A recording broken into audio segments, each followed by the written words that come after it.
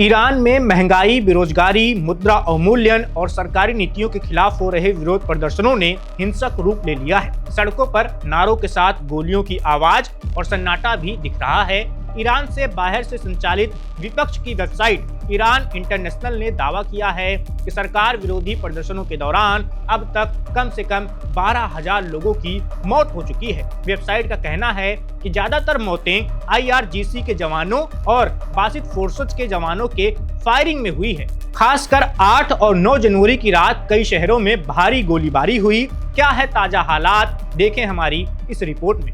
Iran का कहना है कि हाल के विरोध प्रदर्शनों में करीब 2,000 लोग मारे गए, लेकिन क्या यह संख्या सिर्फ गलत ही नहीं है? क्या यह आधुनिक इतिहास के सबसे घातक दमन में से एक को छिपा रही है? क्योंकि ईरान के अंदरूनी सत्यापित स्रोतों के अनुसार वास्तविक संख्या 12,000 से अधिक हो सकती है।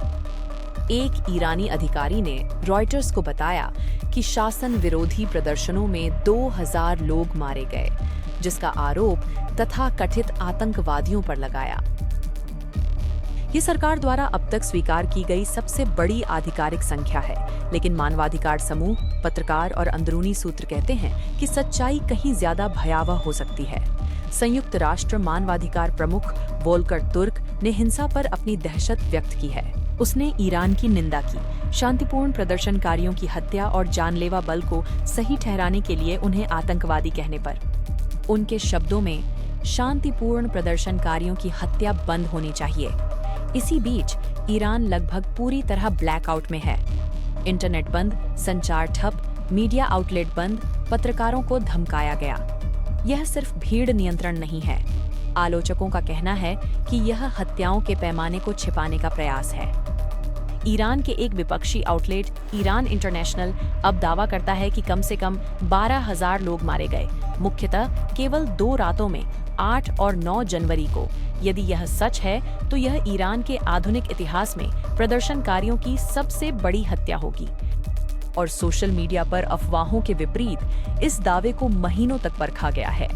ईरान इंटरनेशनल का कहना है कि उसने सर्वोच्च राष्ट्रीय सुरक्षा परिषद के करीबी सूत्रों, राष्ट्रपति कार्यालय के अंदरूनी सूत्रों, रिवॉल्यूशनरी गार्ड और बसीज के सदस्यों, डॉक्टरों, नर्सों, चिकित्सा केंद्रों, चश्मदीदों और पीड़ितों के परिवारों से जानकारी जांची।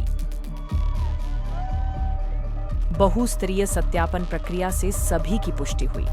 इन निष्कर्षों के मुताबिक ज्यादातर पीड़ितों को इस्लामिक रिवॉल्यूशनरी कॉर्प्स और बासिज मिलिशिया ने गोली मारी।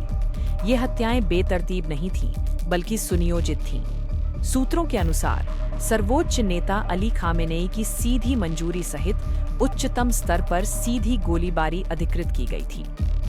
मारे गए कई 30 से कम उम्र के युवा थे, छात्र, मजदूर, बदलाव चाहने वाले नागरिक। परिवारों को अक्सर चुप रहने या अंजाम भुगतने की चेतावनी दी जाती थी। ईरान में हताहतों के आंकड़े छिपाने का पुराना इतिहास है। शव गायब होते हैं, मृत्यु प्रमाण पत्र बदले जाते हैं, परिवार चुप करा दिए जाते हैं। संचार ठप होने पर अंतिम मृत्यु संख्या की पुष्टि करना लगभग असंभव हो जाता है। ईरान इंटरनेशनल अब देश विदेश के ईरानियों से वीडियो, तस्वीरें, मेडिकल रिकॉर्ड और गवाहियां भेजने की अपील कर रहा है। उनका लक्ष्य यह सुनिश्चित करना कि कोई भी पीड़ित मिटाया न जाए और कोई नरसंहार खामोशी में दफन न हो। ईरान 2,000 मौतें बताता है, पर सबूत 6 गुना ज्यादा संख्या दर्शाते हैं। अगर सच है तो यह सिर्फ विरोध दबाना नहीं, बल्कि एक ऐतिहासिक नरसंहार है।